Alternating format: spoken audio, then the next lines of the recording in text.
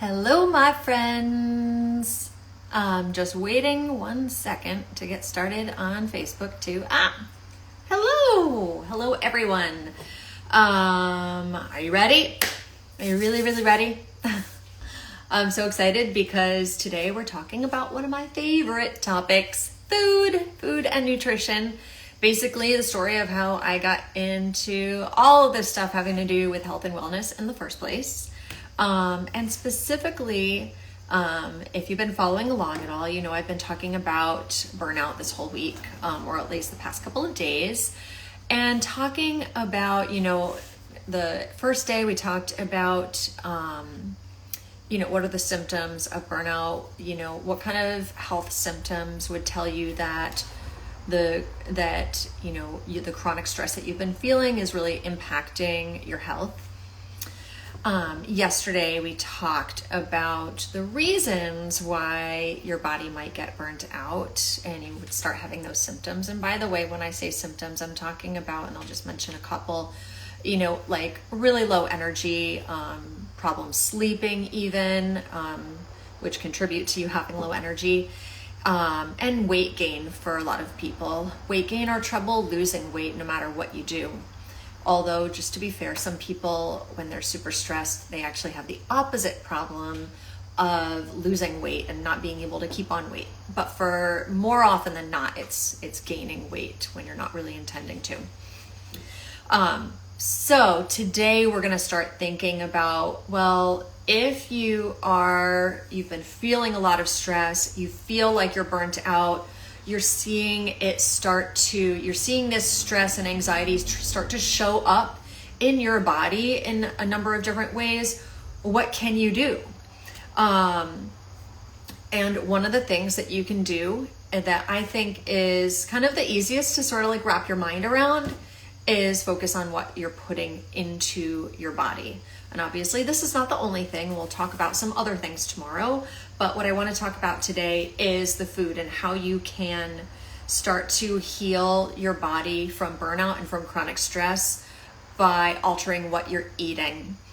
So that's what we're going to be talking about today. And if you are listening live or if you're watching the replay, anytime you have a question, please pop it in the comments, or if you feel more comfortable, send me a direct message. I love getting questions. I love to hear what you're thinking about and what questions are kind of going on in your head. If you don't tell me, I kind of have to guess.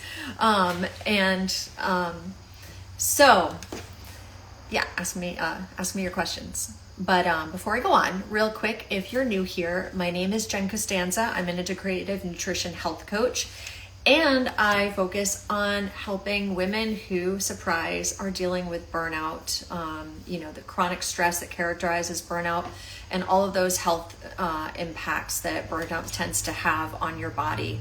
Like I was saying, like a feeling of being exhausted all the time, gaining weight or having trouble losing weight, having trouble sleeping, and so much more. But those tend to be kind of like the top things that really start to tell you that something's kind of gone awry. So getting back to our topic, what can we do in terms of what we're eating to help our bodies heal from burnout? And I think that it's helpful to think about this as in kind of two different ways, or that you're kind of trying to accomplish two goals at once. One of the goals is that, and I talk about this a lot on here, is eating in a way that actually fuels your body and gives you energy, so that you don't have to seek energy from sources like caffeine, for instance. So that's one of the things we're going to be talking about, is eating to give you energy. But the other thing we're going to talk about is eating in a way that heals your digestive system, that heals your gut. You might have heard about this a lot, on the internet, in commercials for probiotics, whatever, talking to your friends, this quote, gut health. It's kind of like a buzzword these days, right? But what often happens, I see in my own experience and in my experience with talking to women who are struggling with stress is that when you're stressed out, you eat a lot of foods usually that are not so great for your digestive system. Like foods like sugar and alcohol and salty, crunchy kind of snacks that have all kinds of fats and sometimes some not so great ingredients in them. And it takes a toll. And when it's taking a toll on your digestive system, it's also taking a toll on your stress response. That's something that we were talking about yesterday, that burnout really is a result of you being in a chronic state of stress. And although it's easy to conceptualize that stress coming from things like your work and, toxic relationships, or, we talked a lot about yesterday, like mindsets, like perfectionism, that sort of thing. We can also experience stress from foods that we're eating that are really taxing our body.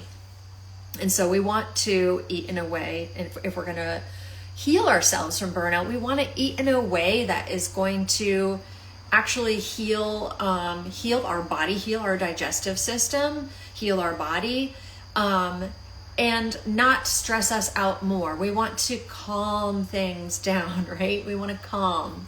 So that's what I'm going to focus on talking about today. Eating for energy and eating to heal. So first thing that, before we even get into the actual foods that you are going to be eating or that you shouldn't be eating, one thing that you really want to focus on is eating regular meals and snacks and not skipping meals. Now, I know that some of you might be into fasting or intermittent fasting. I know that's a thing. And that people that are fasting, if you're like on a keto diet, for instance, that you might wait a number of hours when you wake up before you have your first meal, right?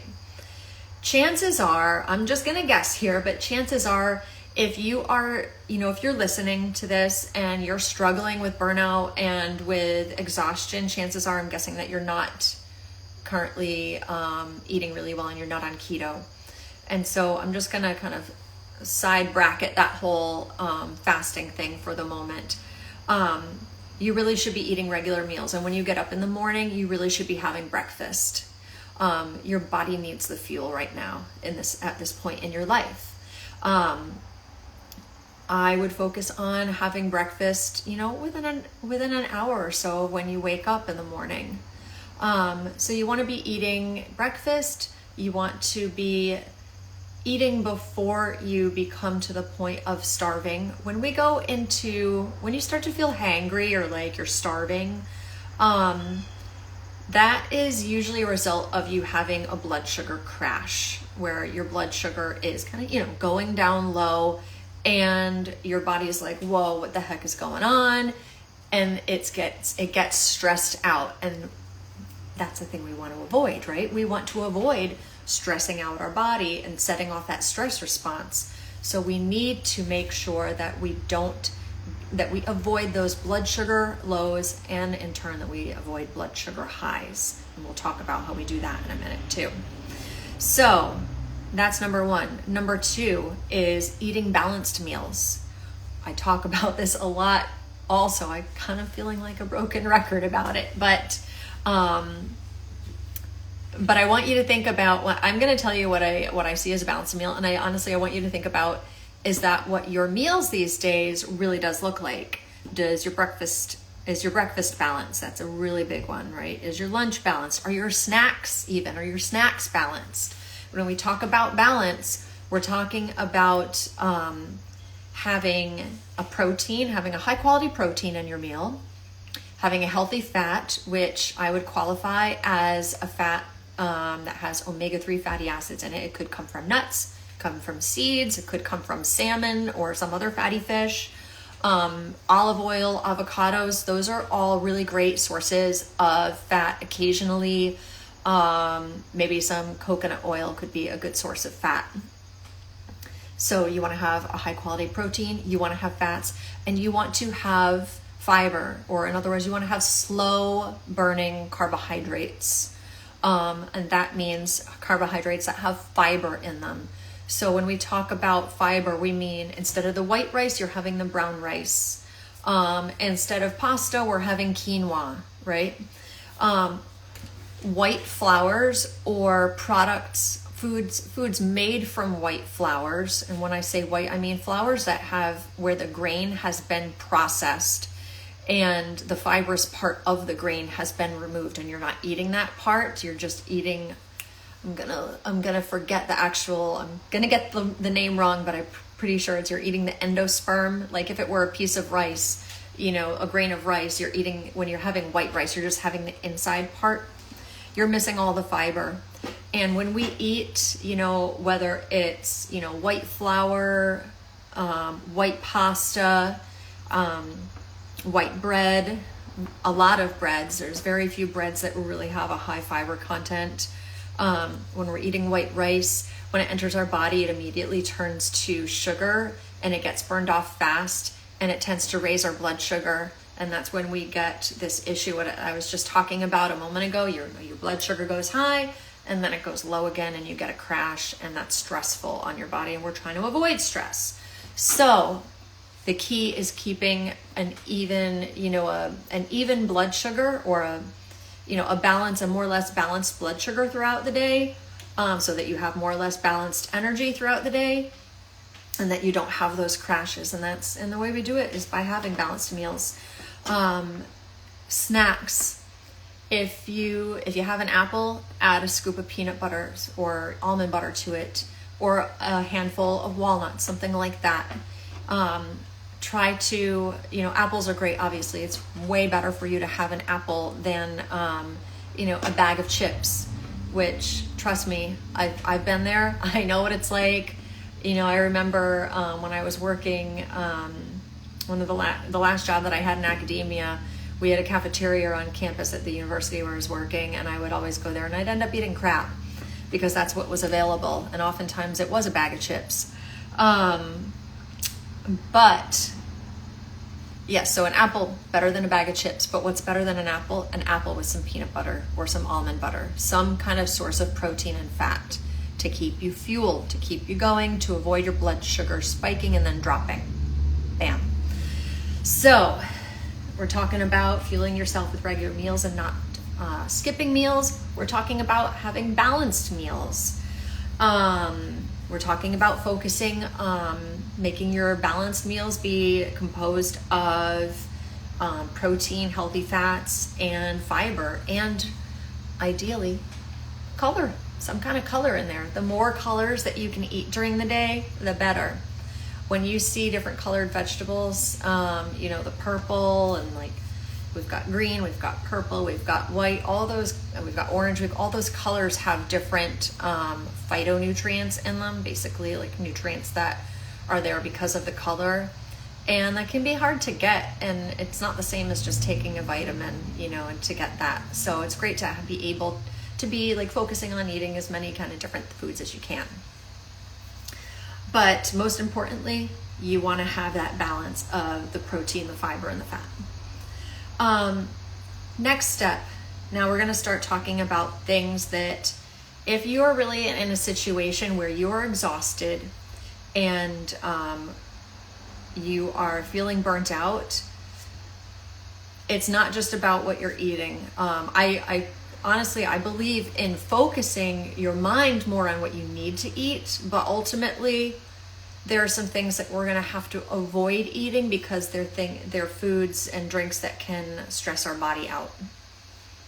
So sugar, alcohol, processed foods, meaning foods like that you're going to get out of a package, foods that often, you know, take out, artificial ingredients, and that includes artificial sweeteners. Overall, you're going to want to try to like cut down a lot on sugar, but if you can, you even want to, you know, if you need to have sugar, you really don't want to go to the artificial sweeteners. They can be also really taxing on our body. So we want to skip those too. So you're going to be cutting out sugar, alcohol, processed foods, artificial ingredients. I like to think, for some of these, I like to think of this concept of crowding out, where, you know, instead of focusing on, you know, what you can't have, focusing on having more of the things that you need to have, that you should be having. The other thing that I like to think about is if you are struggling, or one other thing I should have mentioned in here, cutting out caffeine. I know that is that can be really hard. I've done it multiple times. The most recent time, a year and a half ago, my final, I'm going to call that a success because it's been a year and a half. But anytime you need to cut one of these things out of your diet, it can be really useful to be putting something back in that you like and that your body needs. When it comes to alcohol, I've been trying to drink a lot less by having, you know, some water seltzers, flavored seltzers. I tried out a bunch of different ones to see which ones I liked the best. With coffee, if it turns out you don't like decaf coffee, or you're only having coffee for like the jolt in the morning, there's so many different drinks out there that you can experiment with and see which ones you like. There's a lot of different coffee alternatives these days. There's different kinds of teas. Even, if you find that your body can handle a little bit of caffeine, sometimes green tea or matcha can be a good alternative to coffee. Has less caffeine and it kind of enters your bloodstream a little bit more slowly. So those are some things to cut out. Another thing that you can experiment with cutting out, I know this is kind of challenging for some people, or for a lot of us, is gluten. I understand there's a ton of controversy over, is gluten good for us? Is gluten bad for us? Should it be, should we eliminate it? Should we not? In the end, the percent of the population that is, that is celiac, that really, really cannot eat gluten, it's very, very small. It's a very small number of people that absolutely cannot eat gluten. That said, there are some people that have a sensitivity to gluten, which you really can only find out if you stop eating any form of gluten for, at least 3 months, and then reintroduce it into your diet and see how it makes you feel. There's also a very small amount of people who have an allergic reaction to gluten. But that said, that's a pretty small portion of the population.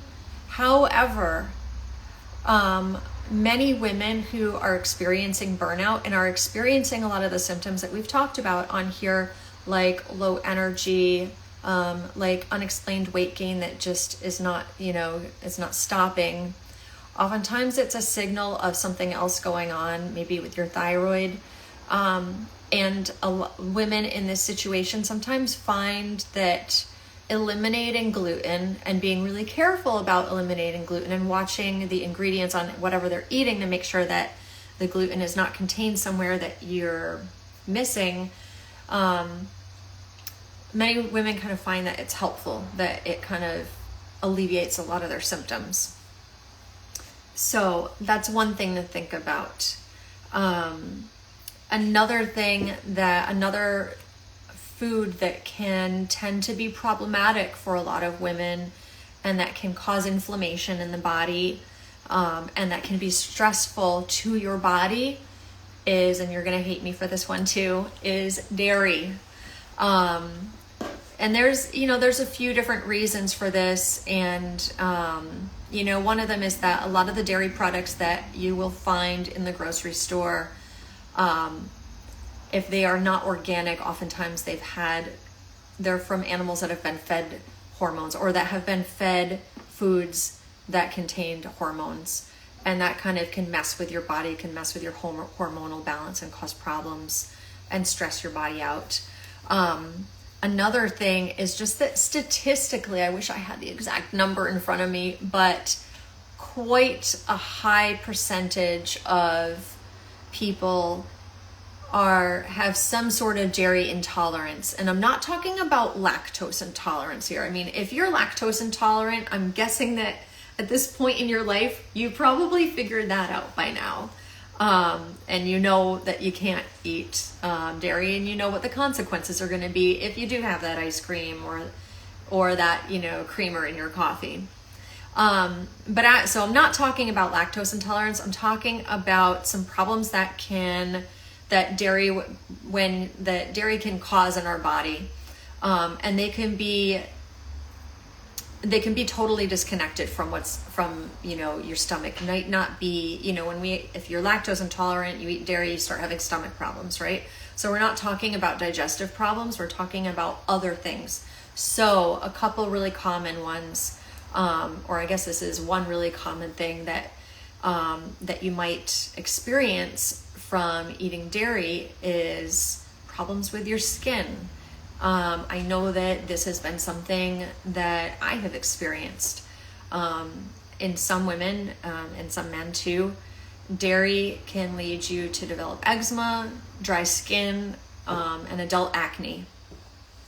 And in any of those cases, if you're seeing symptoms and you're able to link them to eating dairy foods, what you might not know is that it's damaging to your digestive system. Even though you're not feeling it in your digestive system, it's damaging.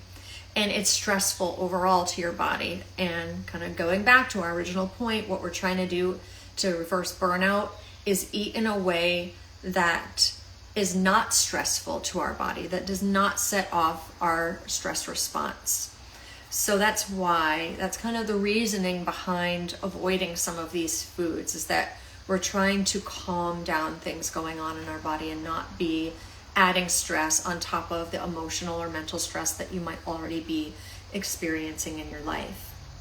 And the last thing I would say in terms of foods that you might want to avoid in order to heal your body from burnout is, and this is kind of a catch-all, but just any foods where any foods that you know give you a problem, any foods where you know that you have an intolerance to them or that you're sensitive to. Now, depending on how observant you've been about the connection between what you eat and how you feel, you may or may not have identified foods like this. In my own personal experience, I found, for instance, that dairy, what we were just talking about, that I have a problem with dairy, that from what I have observed, dairy is a root cause of skin problems that I've experienced. And so I try to avoid dairy. I'm not always successful with it. There's always times that I give in. Another example I can give you, I know two people in my life who, my partner Robin, also a friend of mine, who one of them has an allergy to cumin, so that's kind of different, I guess. But when Rob and I were doing an elimination diet together a year and a half ago, he discovered that he is sensitive to cumin. And we know now that, if I'm going to be making Mexican or something like that at home, or, some kind of a curry, I really should leave out the cumin because it gives him stomach problems. So it could be, ingredients like that. Some people find that they're sensitive to, nightshade vegetables. There's so many different foods out there. But if there's a food that that tends to give you some kind of a problem, you're going to want to avoid it, because when you're having that problem, it's really putting stress upon your body, on your digestive system. It's setting off your stress response. So, just to sum up everything that we've covered today, one of the ways that we can start recovering from burnout is by focusing on what we're eating. I think it's a great place to start, because almost kind of it's like the low-hanging fruit. It's easy to, I think, kind of wrap your head around, to mentally grasp, just like the food that you're going to eat. Focusing on changing that one thing can be, kind of simplify things in the beginning. And we want to do this because we want to be eating in a way that is giving us energy, not sucking our energy away. But we also want to be eating away in a way that doesn't stress out our body more than it already is, you know? And so what are the big things that we want to focus on?